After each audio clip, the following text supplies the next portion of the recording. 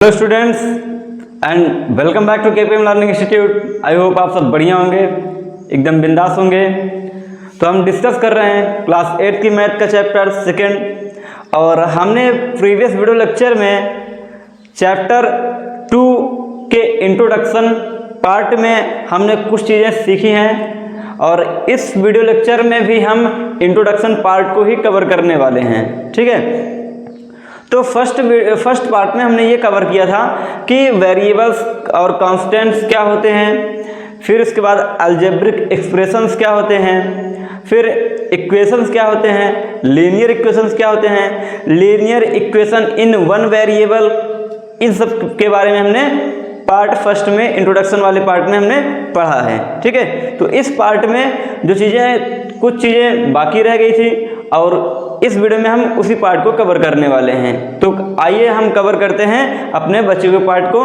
तो हमारा टॉपिक है क्या है कि अगर हमारे पास कोई इक्वेशन रहता है तो उसको हम किस तरीके से सॉल्व करते हैं। ठीक है, और इक्वेशन का जो सॉल्यूशन होता है वो क्या होता है। ठीक है, तो सबसे पहले देखते हैं कि सॉल्यूशंस ऑफ इक्वेशन, कि कोई भी इक्वेशन है तो उसका सॉल्यूशन क्या होता है। ठीक है, अब इसको हम एक एग्जांपल के थ्रू समझते हैं।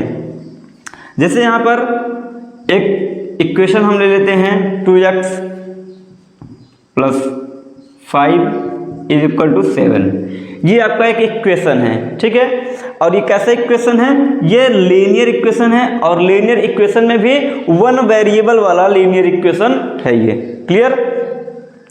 तो यहाँ पर जो इसकी वैल्यू है, जैसे ये आपका होता है LHS और ये होता है RHS। ये हमने पिछले वीडियो लेक्चर में बताया हुआ है, ये LHS ये RHS। अब ये जो इक्वेशन है, इक्वेशन का जो लेफ्ट हैंड साइड है और राइट हैंड साइड है। ठीक है, तो यहाँ से हम क्या करते हैं, यहाँ पर जो सॉल्यूशन होगा इस इक्वेशन का वो क्या होगा कि जो वेरिएबल है, वेरिएबल क्या है, x है, वेरिएबल x है, तो वेरिएबल की ऐसी वैल्यू जो इस पूरे इक्वेशन को क्या कर दे, सेटिस्फाई कर दे। क्या कर दे, सेटिस्फाई कर दे। अब सेटिस्फाई करने का मतलब क्या होता है कि जैसे यहाँ पर हम x की कोई ऐसी वैल्यू पुट कर दें ला करके जिससे इस इक्वेशन का जो LHS हो वो इक्वल हो जाए RHS के। क्लियर। अब यहाँ पर हम क्या कर सकते हैं, जैसे हम बात कर लें, मतलब वेरिएबल की ऐसी वैल्यू जो LHS और RHS को क्या कर दे, इक्वल कर दे। जैसे अगर यहाँ पर हम x की क्या ले लें, वैल्यू 1 ले लें, क्या ले लें, x की वैल्यू 1 ले लें, तो यहाँ पर क्या हो जाएगा, 2 × 1 + 5 = 7। ये हो जाएगा 2 × 1 = 2 + 5, यहाँ 7 हो जाएगा, यहाँ भी क्या हो जाएगा, 7 हो जाएगा। तो यहाँ पर देखिए LHS जो है वो किसके इक्वल हो गया, RHS के इक्वल हो गया। यहाँ पर क्या हो गया, LHS RHS के इक्वल हो गया। तो यहाँ पर हमने क्या लिया फाइनली, जिससे LHS RHS के इक्वल हुआ, हमने यहाँ पर जो x है, वेरिएबल जो x है, इसकी वैल्यू क्या लिया, 1 लिया। तो यहाँ पर ये जो इक्वेशन है उसका LHS RHS के इक्वल हो गया है पूरी तरीके से। तो यही क्या कहलाता है, सॉल्यूशन ऑफ इक्वेशन ना।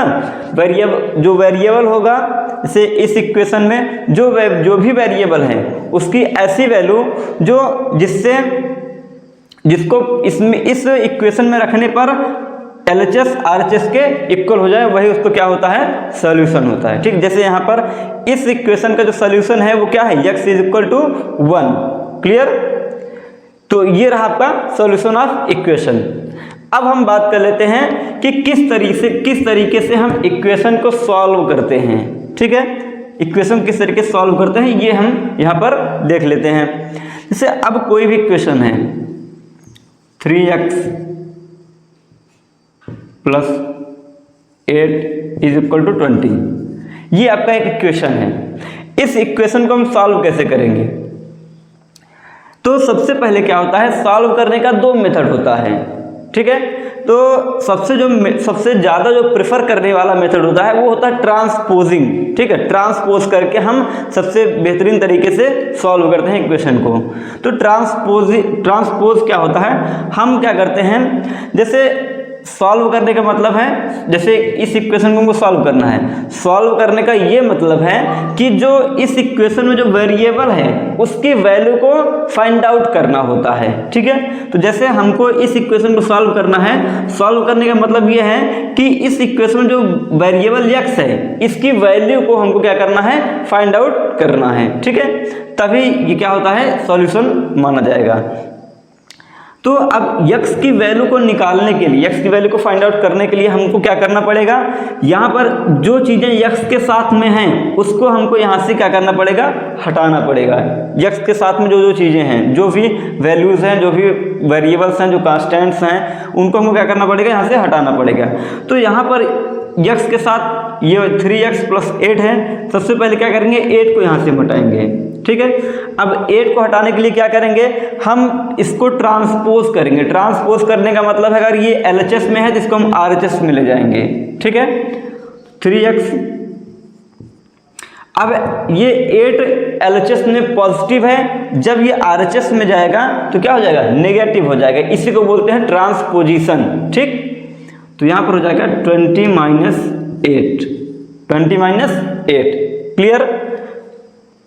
तो अब देखिए ये 3x, 20 में से 8 को सब्ट्रैक्ट करेंगे, 12 फाइनली आएगा आपका। फिर ये यहाँ पर 3 के साथ, x के साथ 3 मल्टीप्लाई में है, यहाँ से हमको x की वैल्यू चाहिए तो 3 को भी हटाना पड़ेगा। इधर मल्टीप्लाई में है तो RHS में जाएगा तो डिवाइड में हो जाएगा, तो x = हो जाएगा 12/3। और यहाँ से 3 × 1 = 3, 3 × 4 = 12। तो यहाँ से x की वैल्यू कितनी आ गई, 4 आ गई, क्लियर। तो यहाँ से ये अब ये इक्वेशन पूरी तरीके से हो गया है सॉल्व, क्योंकि हमको जिस वेरिएबल की वैल्यू चाहिए थी वो वेरिएबल की वैल्यू हमने यहाँ पर फाइंड आउट कर ली है फाइनली, ठीक है। तो ये होता है इसका सॉल्यूशन, ठीक है। तो यहाँ पर ये इस तरीके से हम इक्वेशन को सॉल्व करते हैं ट्रांसपोजिंग मेथड से, ठीक है। और यहाँ पर जो फाइनली x की वैल्यू आई है, जो वेरिएबल की वैल्यू आई है, यही इसका क्या होता है, सॉल्यूशन होता है, और ये होता है आपका सॉल्व, ठीक है। इस तरीके से हम इक्वेशन को सॉल्व करते हैं, क्लियर। तो ये आपका होता है इंट्रोडक्शन पार्ट पूरी तरीके से खत्म। अब हम मिलते हैं नेक्स्ट वीडियो लेक्चर में इसी एक्सरसाइज के साथ। तब तक आप लोग बने रहिए, हंसते रहिए, मुस्कुराते रहिए। जय हिंद, वंदे मातरम।